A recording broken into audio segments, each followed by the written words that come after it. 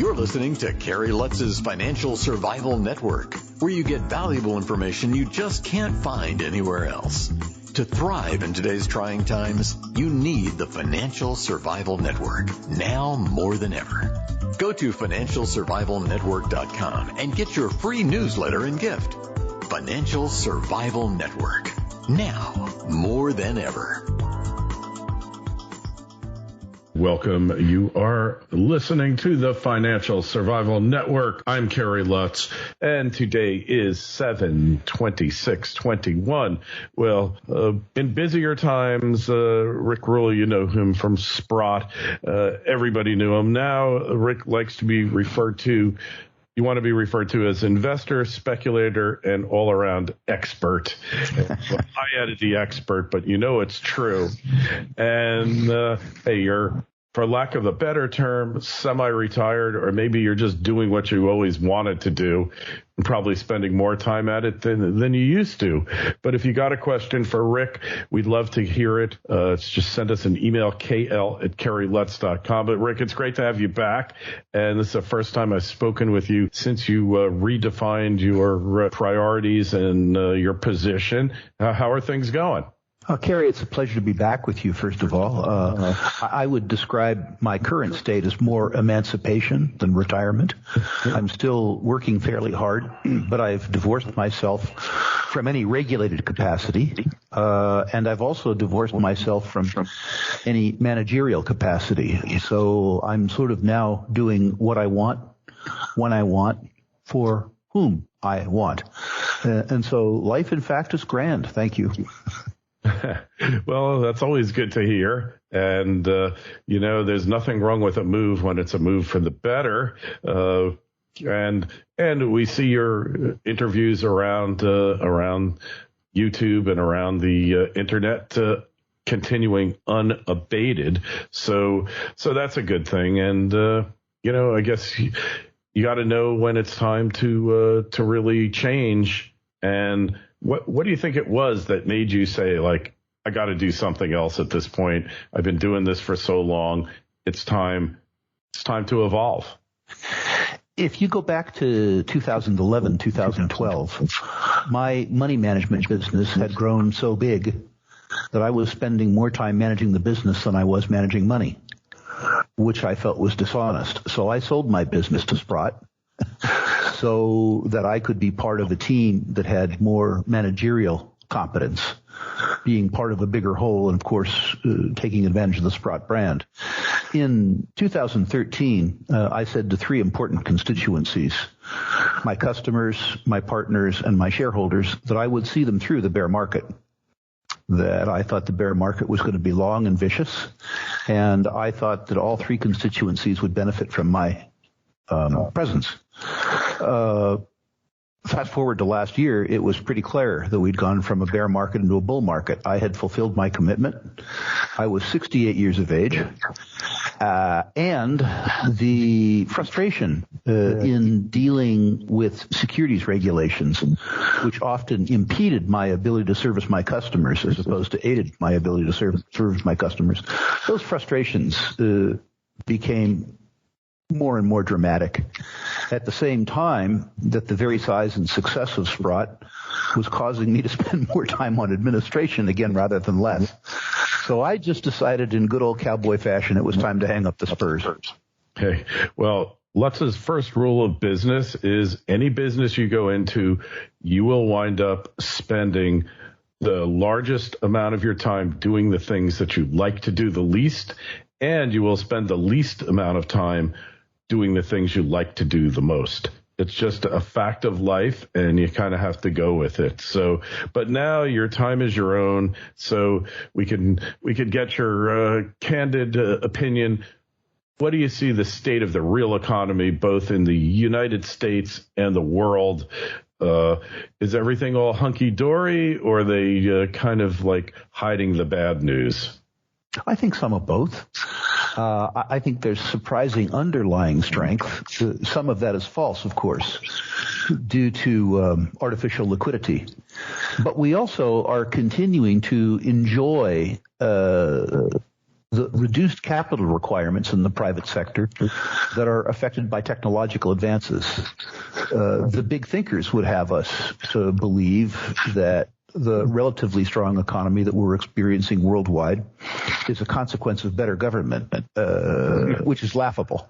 I'm laughing at that. I suggest that it's a consequence of the increased application of technology, including information technology, which makes the pace of new technological advances faster and increases their utilization.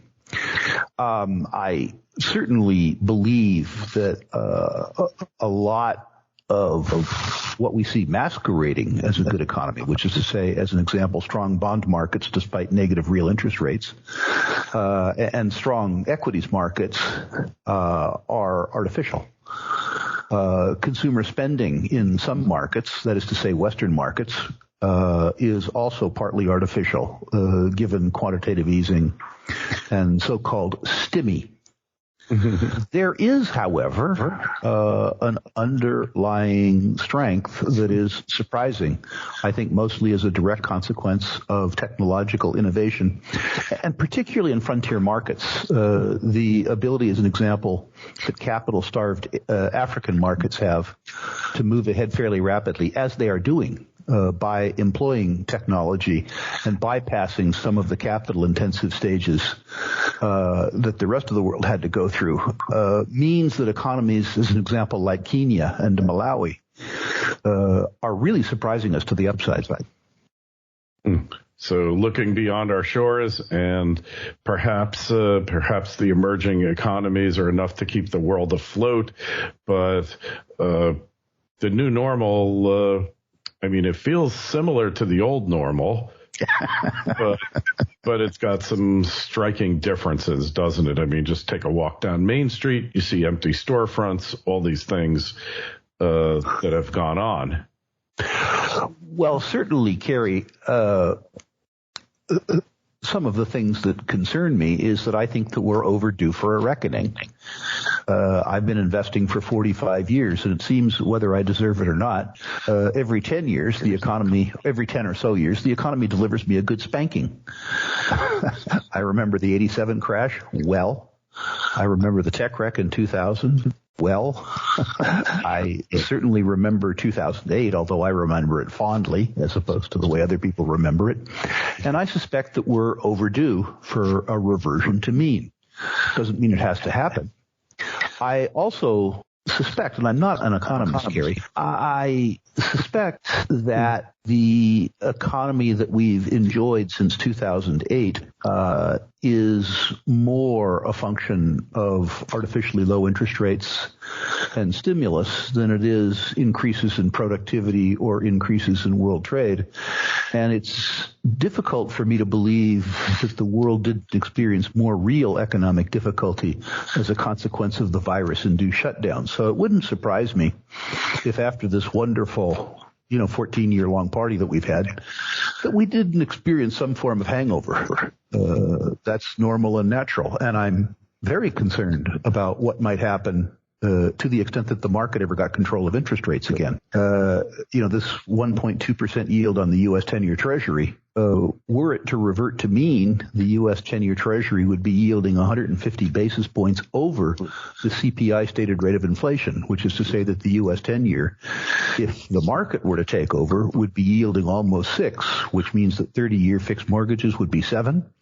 And the impact of those interest rates on the economy, I think, would be just that type of hangover I described earlier. So that sort of thing lurks in the back of my mind and keeps me nervous. Yeah, as well it should to all of us, because, like you say, reversion to mean, how long can they keep this up before the dollar really sinks and other unintended consequences kick in? But it seems like the rest of the world is kind of very content to inflate in tandem with the U.S. so that on the surface, nothing ever happens. And that kind of brings us to precious metals. That's exactly the kind of market you would expect to see the metals going wild. And yet we're in this kind of dull patch. We had a substantial pullback in gold and silver, hovering around $1,800 gold. What do you think is the rub here? What are we witnessing? Two comments there, Kerry. First, people are strangely confident right now. I suspect it's because most people confuse liquidity, which the market has lots of, with solvency. They ignore the fact that we're insolvent because they have cash. I think that's partly historical. We haven't had a real good slapping since the early 1980s, so people are inclined to believe that things only get better. You buy the dips that the big thinkers of the world can, in Canadian parlance, stick handle our way through any challenge. I don't happen to believe that's true. But the other thing, Kerry, is if you go study earlier precious metals bull markets, what you'll see is that periods of time like the one that we're going through are normal and natural. Cyclical declines are a function of secular bull markets. And these declines can be 12 to 18 months in duration. And it's not uncommon in a bull market for the gold price to decline by 15 to 25%, even while that decline is outpaced by the declines in precious metals equities. Finally, I would say that the malaise was, at least from my point of view, triggered by the fact that the Fed for a while stopped yield management and allowed the yield on the U.S. 10-year Treasury to rise from 60 to 175. Now that the yield is backed off to 120 basis points, I suspect that gold investors in the next 6 to 12 months will be pleasantly surprised by the recovery. Interesting. So basically, it's similar to kind of the Dow theory, I guess, where Dow postulated there are three cycles taking place at once. Long-term cycle, so you're in a long-term bull or bear market. Intermediate term, where you might be going up, you might retrace all of the bull market's prior gains or close to it for a short period of time, 3 to 6 months, he postulated, as long as a year, you said 18 months. And then you have your day-to-day, which is kind of just the noise, and it goes up, it goes down, and then you look at the media and they find reasons for why the market's doing whatever. So it's just effectively just being a market then. Don't just survive. Thrive. The Financial Survival Network. Osino Resources is a Ross Beatty-backed gold exploration company in mining-friendly Namibia. Osino's district-scale land package is situated near 2 producing gold mines, one of which Osino's management team previously developed and sold to B2 Gold. Osino's founders and management are experienced mining professionals who have already successfully developed and sold 2 companies in the past 7 years. Osino has a tight share structure, and with its current treasury, it can self-fund the advancement of its gold discovery into at least 2022. This is an exploration company with drills turning that you'll definitely want to pay attention to. Osino trades in New York under the ticker OSIIF and in Toronto under the ticker OSI. To learn more, go to osinoresources.com. That's osinoresources.com. This is the Financial Survival Network, the information you need to thrive now more than ever. I think that's right. If I've talked in my interviews with you before about the Barron's Gold Mining Index, which is a very inclusive gold equities index that goes back 60 years. And if you observe the cyclicality and volatility of precious metals equities markets going back 60 years, the phenomenon that you just described, which is the interplay of various cycles, but also the extraordinary volatility in the sector is one that you're struck with. And I would encourage all of your listeners to study that chart, not from the point of view of technical analysis, but rather as a visual aid to examine, if you will, the DNA of bull markets and bear markets and prepare themselves for the volatility and the cyclical declines in secular bull markets. I believe that all markets are driven, in the most part, by fundamentals, but they're exacerbated in both directions by behavioral aspects of individual investors. And it's important, I think, to arm yourself in a way that you can take advantage of volatility as opposed to taken advantage of by volatility. Well, as always, you always co-opt my next question, Rick.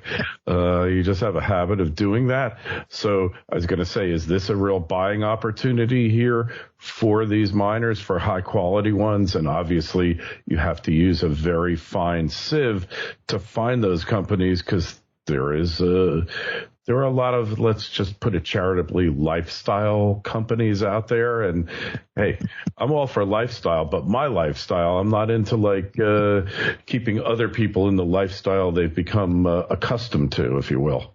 Well, you made three important points there. In the junior part of the business, there's probably 2,000 allegedly junior mining companies in the world. Probably 300 of them are viable, which means that probably 1,700 are junk. So if you're going to be in the sector, you need to develop the capability of separating, in movie parlance, the good, the bad, and the ugly. As to a buying opportunity, I think this depends on who you are. Too many people who buy into the gold thesis have too much of their net worth in gold and gold stocks. I've ranked a lot of portfolios where people have told me that they're effectively 100% all in precious metals. And I think that's a mistake. But if you are reasonably involved in the sector or under involved in the sector, if you measure the sector by net present value of future cash flows measured against current gold prices and measure that against enterprise value, in other words, how much money are you paying for a certain level of free cash flow, the mid-market part of the industry is the cheapest it's been in my career. So from my point of view, despite the fact that I'm substantially invested in gold mining equities, I'm increasing my exposure. Interesting. And I remember you telling me, going back to what you said initially, that you told Sprott and your constituent groups there that you would be there till the end of the bear market, and then you would look for greener pastures, if you will. And what you said to me was, you went through three resource stock sector crashes and, stayed patient, stayed invested, and you made it through making more, and you expected this one, the fourth, to be bigger than ever. You still stick to that thesis? I do, with the caveat that I'm not really a market forecaster and I'm not really an economist. I'm a credit analyst. I believe that the fundamentals behind the gold price rise are quantitative easing, excessive debt and deficits, negative real interest rates, and the historically small percentage of savings and investment assets involved in precious metals. And I believe that as long as all of those fundamentals are intact, that the gold price goes higher. And I don't see very many viable circumstances in which those four factors would change anytime soon. I look to, Gary, historically at the fact that precious metals bull markets are traditionally decade-long affairs. Many people say to me, we're 3.5 or 4 years into this gold bull market. Have I missed the boat? Well, if past is prologue, no. These things last 10 or 11 years. And people mistake the dimension. The gold price has gone from $1,000 to $1,800. So people say, have I missed it? In the 1970s bull market, the price went from an admittedly price-controlled $35 to $850. In the 2000 market, the gold price ran from $253 to $1,900. I'm not saying will, but could gold in this cycle go to $5,000 or $6,000? Certainly. Absolutely. Particularly measured in a currency like the U.S. dollar, which is being debased by quantitative easing, debt and deficits, and negative real interest rates. I'm not saying it would. I'm not saying it will. But I think that the backside, that is the second 5 years of this bull market, will be more dramatic than the first 5 years will. And I think that you add on top of that a bull market in industrial materials that will come about later in this decade as a consequence of society's underinvestment in it. And I think you'll have a bull market on top of a bull market. So my own belief is that the sun is shining on what I do and will continue for some time. Okay, and you just made a really good point that doesn't get paid enough attention to, and that is the underinvestment in the mining sector. This is the sector that everybody loves to hate, whether it's the government, environmentalists, the communities that are often the beneficiary, but they feel not big enough beneficiary of the sector. As a result, the mining companies have really played it safe for a lot of years, and we haven't seen the money go into this sector that we need. On the one hand, I had this conversation. Oh, we want these electric cars, an EV, 2 EVs in every garage. I mean, that might have well have been the campaign slogan from the last election.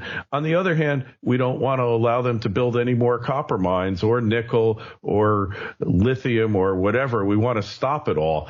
Do you see the disconnect there? And do you think we come to an epiphany where we say, if we want all this stuff, then we have to be able to allow the components, the base components of it, to be produced? You'll recall that H.L. Mencken once said, voters almost always get what they want, usually good and hard. And,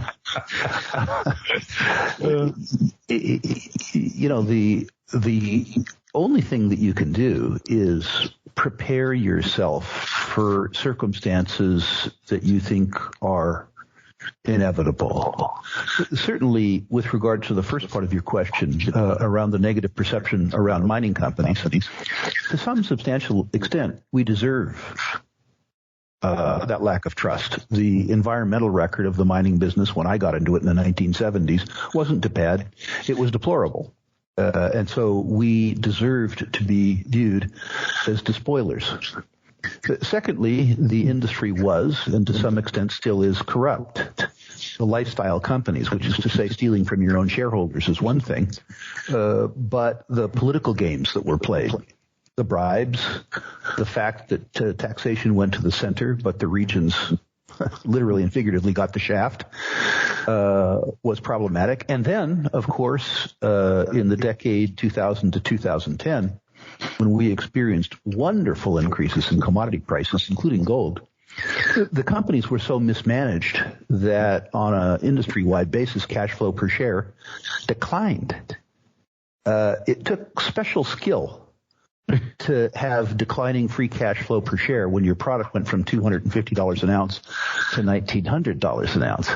What's happened since is that the industry has been, relative to other industries, starved of capital, and the management teams that run the companies have been unusually constrained in their investment outlooks because the investors who own them aren't willing to give them the free rein that they gave them in 2010.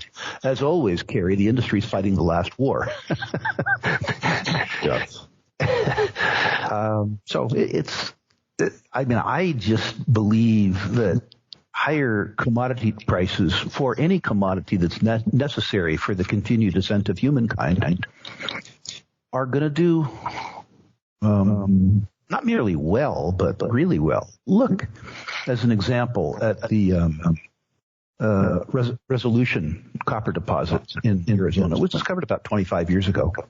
And it's truly a world-class deposit, well over 1 billion tons of 1.5 to 2% copper. Spectacular deposit. We're 20 years into this thing. I suspect it'll be another 10 years before they're able to put it into production. If they're able to put it in production. If the copper price rose to $6 or $7 a pound, it'll take 6 or 7 years to develop the necessary supplies to bring the copper price back down. People forget about these things, but I think they're going to be reminded of it pretty dramatically. Yes, and we have seen a dramatic rise in copper prices, especially from the March 2020 lows. But really, it could just be a foreshadowing of what's about to happen, isn't it? Yeah, I wouldn't be surprised to see copper prices go lower before they go higher, because I wouldn't be surprised to see a recession. I wouldn't be surprised to see a temporary hiatus in demand for copper on a global basis. But looking forward, not just electric vehicles, as you described, truly the electrification and urbanization of the world means that copper demand will hold at least steady, while copper supplies for 5 or 6 years are going to fall every year, year on year. Interesting prognosis there, and that doesn't help the industry either, with declining prices, attracting scarce investment dollars, and moving these big projects along. And you know from your own experience, you don't just start pushing one day and then you take a break. This is consistent, sustained effort over a decade to bring these projects online.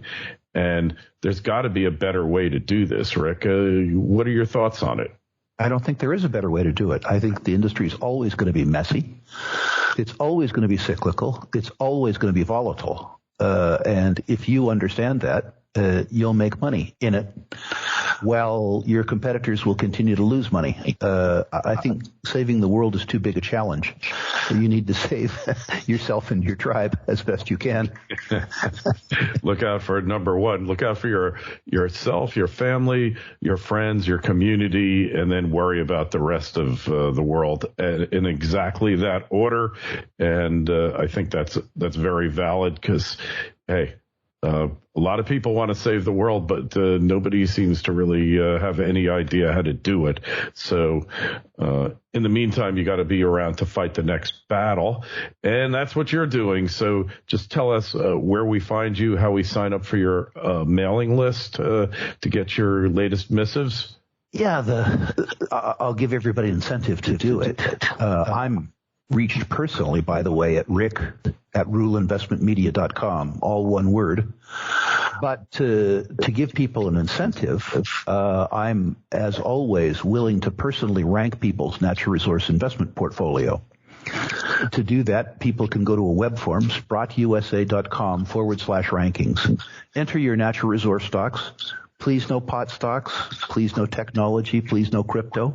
Not things I don't know about. I'll rank them 1 to 10. I'll comment on individual issues where I think my comments might have value.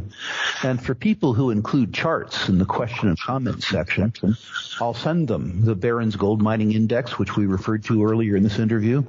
And I'll send them a different chart, which is a 100-year chart, which catalogs the price of commodities relative to other investment classes going back 100 years. And I think it makes a wonderful case for my bull market thesis in commodities. And we wholeheartedly agree with you. If you got a question for Rick, you can always send me an email, kl@kerrylutz.com. We'll forward it off to him and get you an answer. And sign up for your free newsletter at financialsurvivalnetwork.com. Rick, it's always enlightening and entertaining and interesting to have you on the show. Really appreciate it. Glad your quote-unquote retirement is going so well. And, you know, you're probably one of those people that never worked harder until the day they retired. So, well, it's certainly nice to work only at the things that amuse me and not at the things that aggravate me. Hey, and that in itself is a worthy retirement for you, someone like you, Rick. Really appreciate your coming on. As always, be well. We'll talk to you soon. Thank you, Kerry. Thanks for listening to Kerry Lutz's Financial Survival Network, your solution to today's trying times. For the latest, go to financialsurvivalnetwork.com. Financial Survival Network, now more than ever.